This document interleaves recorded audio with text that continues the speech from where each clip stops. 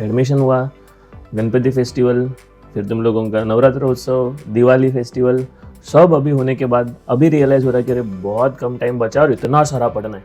देखिए मैकेनिक्स है इजी, खाली उसमें ना अपना इंटरेस्ट बनना चाहिए।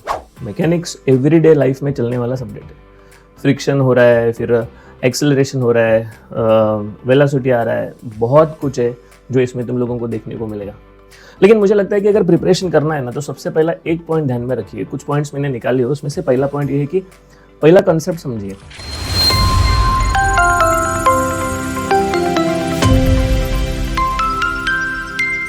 ये स्टूडेंट्स कैसे हैं सब लोग? Welcome to RKademy channel. और मैं बता रहा हूँ कि ये जो जर्नी है हमारा, ये अभी कुछ टाइम के बाद और थोड़ा इंटेंस होने वाला है, क्योंकि एग्जामिनेशन एकदम नज़दीक है ना।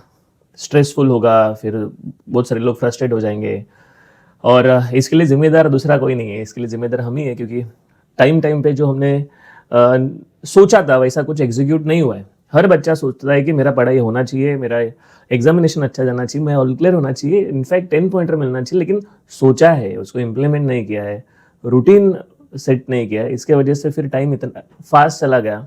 एडमिशन हुआ, गणपति फेस्टिवल, फिर तुम लोगों का नवरात्र उत्सव, दिवाली फेस्टिवल, सब अभी होने के बाद अभी रियलाइज़ हो रहा है कि अरे बहुत कम टाइम बचा और इतना सारा पढ़ना है। कोई बात नहीं, हर दिन हम कुछ ना कुछ लेके आ रहे हैं, और मैं चाहता हूँ कि तुम लोग इससे कुछ आइडिया लो और आगे बढ़िए।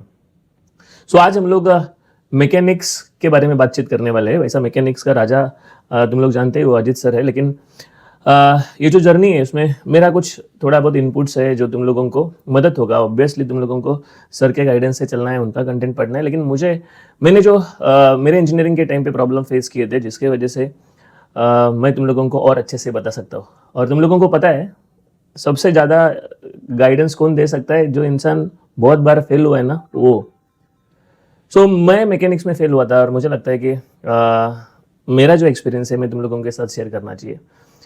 देखिए मैकेनिक्स है इजी, खाली उसमें ना अपना इंटरेस्ट बनना चाहिए। स्टैटिस्टिक्स वाला पार्ट है, स्टैटिक वाला पार्ट है, डायनामिक्स वाला पार्ट है। हमने पहला स्टैटिक के ऊपर बातचीत किया था। स्टैटिस्टिक इसके लिए आ रहा है क्योंकि एक चैप्टर है मैथ्स 3 में। हमने स्टैटिक के ऊपर डिस्कशन किया, हमने उसके ऊपर काम किया एग्जामिनेशन के टाइम पे, और सीनियर्स ने बोला था कि यार बहुत टफ है, डायनामिक्स ये सब बहुत टफ है, नहीं हो पाएगा, और पहले अटेम्प्ट में मैकेनिक्स निकलता ही नहीं है। सो ये दिमाग में चला था, और हमने कुछ पढ़ा ही नहीं, दिल पे लिया ही नहीं, और लास्ट में फिर रिजल्ट हॉरिबल आया।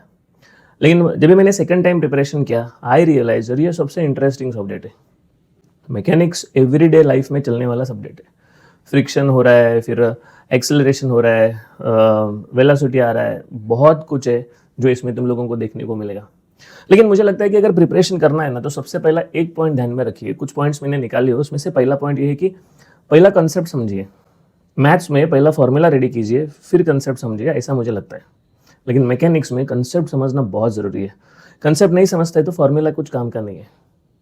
सो पहला स्टेज ये है कि तुम लोग समझ लीजिए, कंसेप्ट समझ लीजिए। और अजीत सर का एक बार लेक्चर तुमने देखा तो तुम लोगों को 4 महीना नहीं 4 साल तक याद रहेगा। जिसका एंगल उसका कॉस्ट, ऐसा कुछ डायलॉग सर ने बनाया।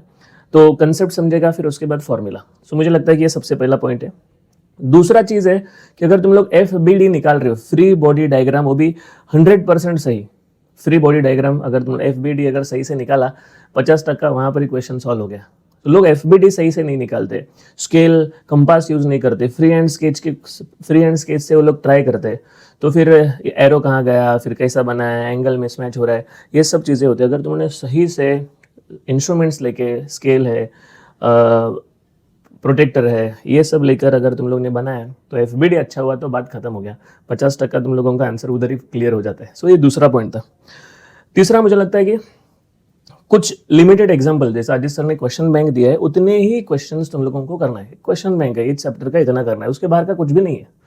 मतलब रिसेंटली जो पेपर हुआ था लास्ट है, हाँ मैंने बोला था 90 मार्क्स का पेपर होता है ऑप्शंस के साथ, उसमें से 82 मार्क्स का 100% सेम टू सेम आता है, 100%, और बाकी जो 8 था वो वैल्यू चेंज करके आया था। मतलब इतना एक्यूरेसी है।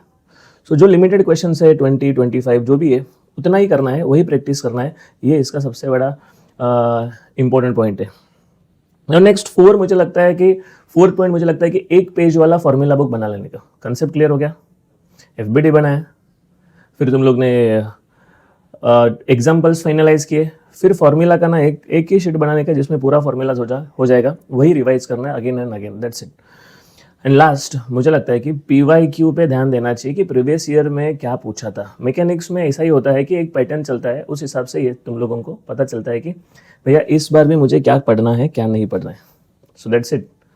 सो अगर तुम लोग वेलोसिटी, एक्सेलरेशन, फ्रिक्शन ये सब में इंटरेस्ट रखते हो जो अपने लाइफ से रिलेटेड 100%, तो मैकेनिक्स तुम लोगों को ईजी जाएगा अगर इंटरेस्ट रखते हो तो।